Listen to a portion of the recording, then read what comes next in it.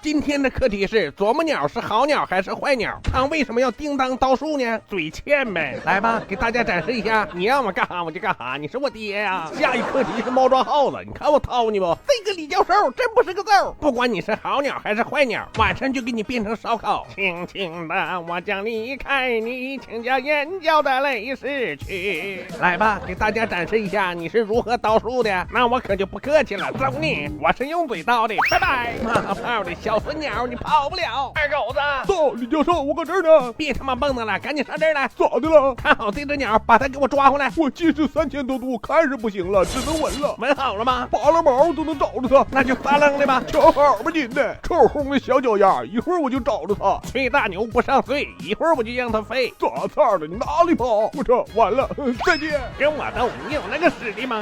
七星大法！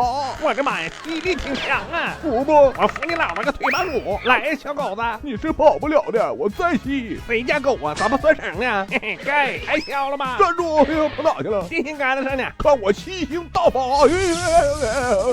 头脑简单，四肢发达呀！继续调理调理它。小孙鸟，我看你这回往哪跑？又练上吸功了，啥菜的？你等着挨崩吧！大麻雷子，小孙鸟，我不光会吸功，我还会吹功呢！嘿嘿，炸的他屁股开花！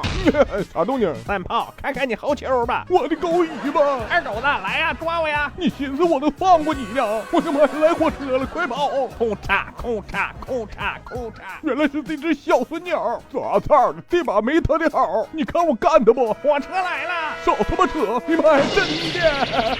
本来眼神就不好使，这下鼻子又撞废了，完了，彻底给我整疲惫了。别着急，别上火，抓那只小孙鸟，你交给我。你行啊？必须的，搁垃圾桶里呢。咋操的？给我出来！滚犊子！你看小孙鸟搁那呢，是吗？看我的空中打击！妈呀！你呀，啥也不是，抓个鸟都抓不着。今晚就给你狗肉炖豆腐。妈呀，二狗子凶多吉少啊！别炖了，他抓着我了。这小子老厉害了，你俩都进去，今晚一起炖喽。白天是教授，晚上他就是禽兽，你可不能助纣为虐了。用你的吸星大法吸他。咋操的？我吸！马胖，你造反呢？你还给我留条裤衩子！善有善报，恶有恶报，不是不报，时辰未到。哈哈哈哈。